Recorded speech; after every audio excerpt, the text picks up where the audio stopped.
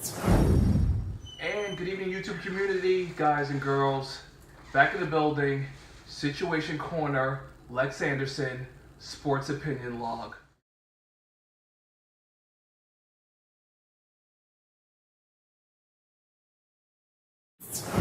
Wow, you know what it is. UNC, I came to represent for the rivalry tonight, but hold the phone. The NBA deadline has come and gone, or is still going on, and there are major trades on the way. So, welcome to the show.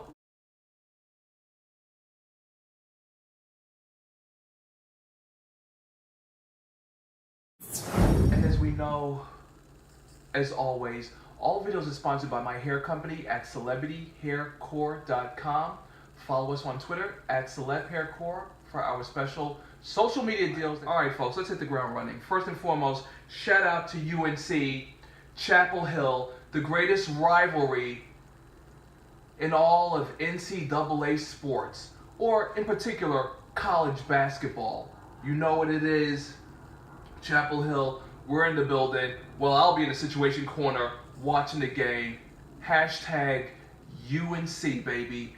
Tar Heels all day, every day. You're defending national championships.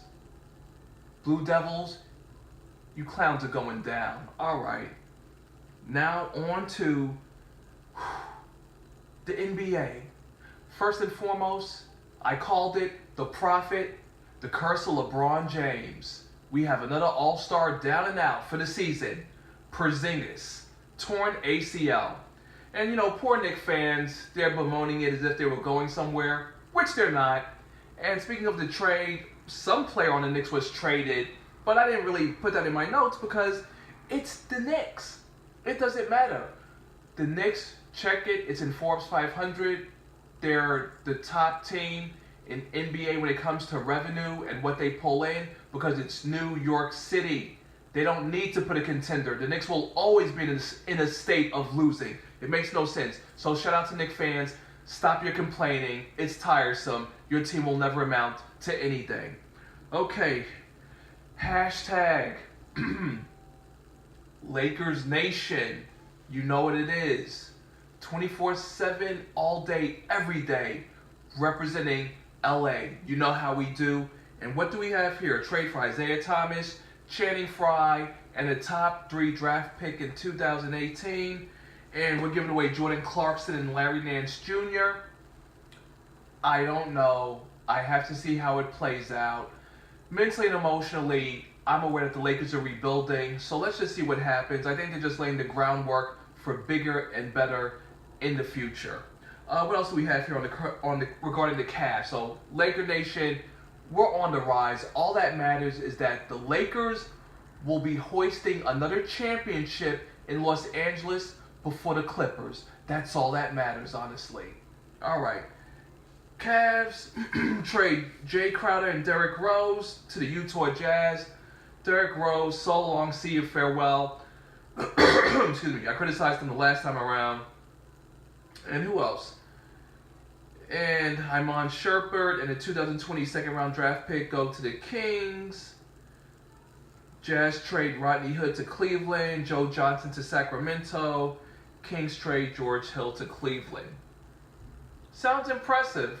Let's see what happens. It doesn't mean that the Cavs can, and if they get to the finals, beat the Golden State Warriors, who are a better constructed team because they had free agents that chose to sign for less and wanted to come and go to Golden State. But the happiest thing about the Cavs for me, Dwayne Wade, old ass loser, goes back to Miami for a protected second round draft pick. And folks, D Wade, you know, if there's ever been a player that's hugged the nuts of another player, it's been this relationship of BFFs between Wade and LeBron.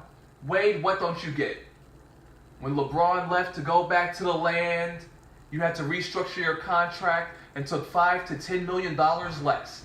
That's why you left Miami to go to Chicago. So now you once again hug LeBron's nuts and go to Cleveland to play in that wasteland city to join the Cavs in the hopes of what? potentially getting crushed by the Warriors in the finals. So now your old prima donna ass goes back to where you came from, back to Miami, where I'm sure his old veteran ass will ruin the locker room chemistry that those core group of young players have. So, Wade, hopefully this is the last time I'll see and ever hear from you. And hopefully the next time I hear from you, it'll be even more good news, like you're retiring, like you're walking away from the game.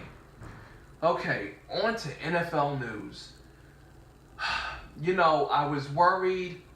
I talked about it. Kirk Cousins potentially being the highest paid player in NFL history, but look who beat him to the finish line. Garappolo.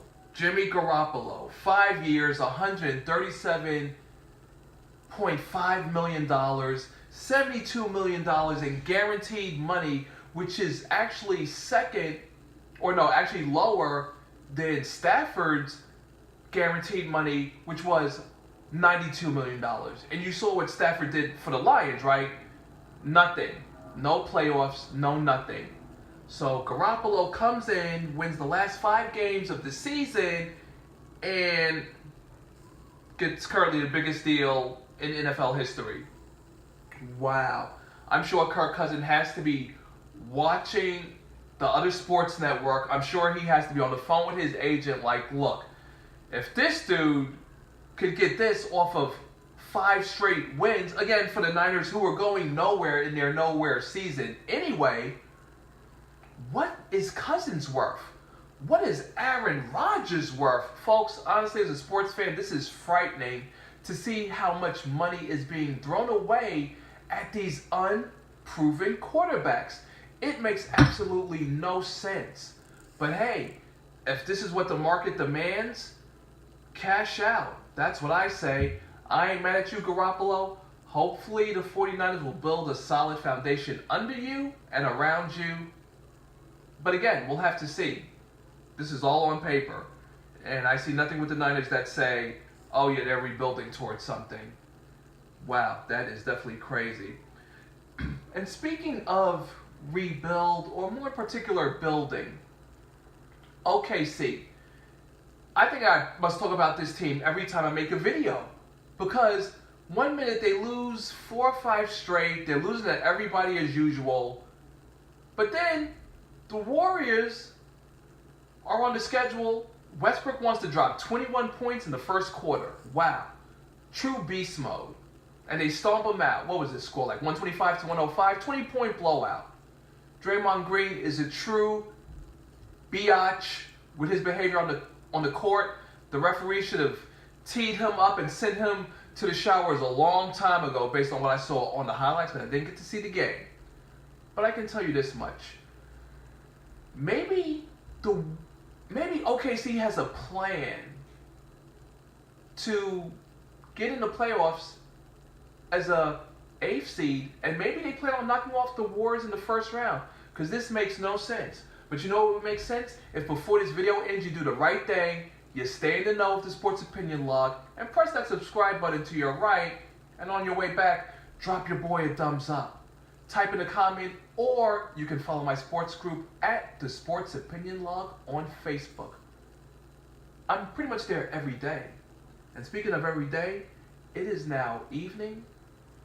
It is now night. It is now time for me to get ready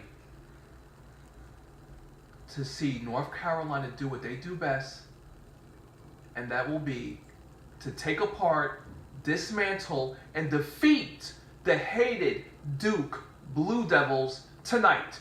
Shout out to Tiger's wifey. Follow her on Twitter and the gram at the same name, Tiger's wifey. This is your boy Lex Anderson, only doing what I know to do best. Pop my collar and sign out.